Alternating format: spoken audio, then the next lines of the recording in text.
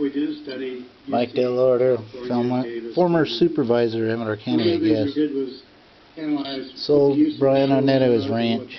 What benefited the county and what benefited the cities, and the cost. After three, somebody should have been able to sit down and do this in a week, but the whole study comes out that the highest revenue for the government and society comes from those who produce natural resources relative to their costs. The highest cost for our society is housing and supporting people. When I attended the Planning Commission meeting here earlier, I was stunned by the fact that somebody said this land would be better for housing than subdividing. And I thought, well, who's going to pay for the services that all these people want? And then you sell it to people who don't have a real contact with a basic rural atmosphere, which is unfortunate.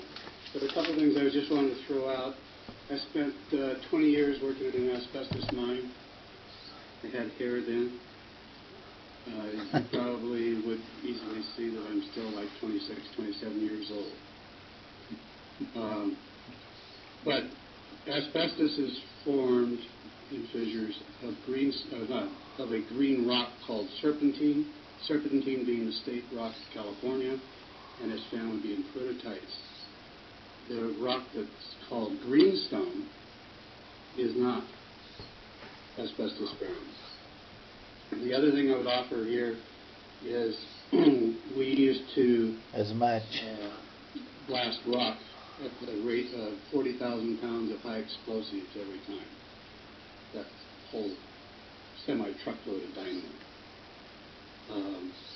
We learned two things. One is, if you're making noise and throwing rocks, you're wasting money. So it ended up that we changed it to the same type of explosives of which they speak. But it got so boring that nobody would even go down and look at the core. And there wasn't that much noise. I support this project. I think it'll be good for Calaveras County.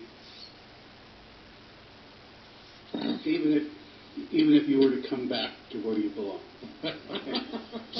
You have a lot of serpentine over there by San Andreas.